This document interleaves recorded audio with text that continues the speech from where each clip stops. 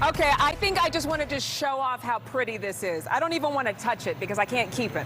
But this is the new all-electric F-150 from Ford. We are live here inside of the beautiful new facilities where they're assembling these vehicles. It could be a game changer, not just for Ford, but for the entire electric vehicle and automotive industries, because this is, again, the largest electric vehicle to be produced, and F-150s are the best-selling truck in the world.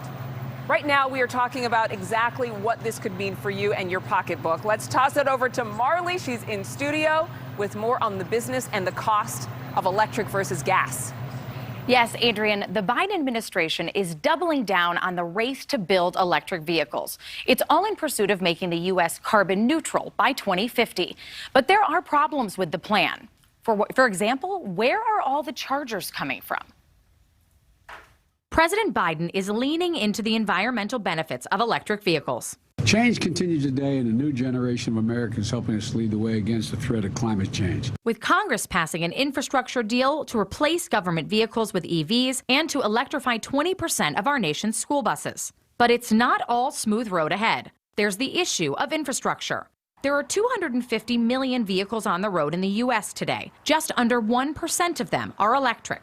So as more of us buy them, can our electric grid handle the demand? President Biden's $1.2 trillion infrastructure bill allocates $65 billion to beef up the electric grid. But even with those improvements, how will you charge your car? There are gas stations on almost every corner. Would we need as many charging stations? The Biden administration is investing $5 billion to build more than 500,000 EV charging stations along U.S. highways. But perhaps the biggest challenge is convincing you to make the switch to EV to begin with. According to the Pew Research Center, America is divided, with 51% of U.S. adults opposing phasing out production of gas-powered cars and 47% in support.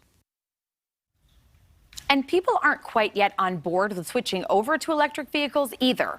While 39% of Americans say they are interested in purchasing an EV as their next car, 46% say they are not at all likely to consider a switch, and 14% say they are outright against buying an EV altogether.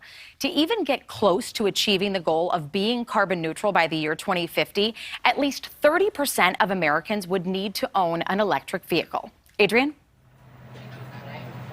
Okay, and right now we know that there are only about 3% of people who actually purchased electric vehicles between 2020 and 2021, but that number expected to rise with the advent of vehicles like this new all-electric F-150 pickup truck. Thank you so much for watching. Make sure to click on the red subscribe button below so you can get more of NewsNation's fact-driven, unbiased coverage.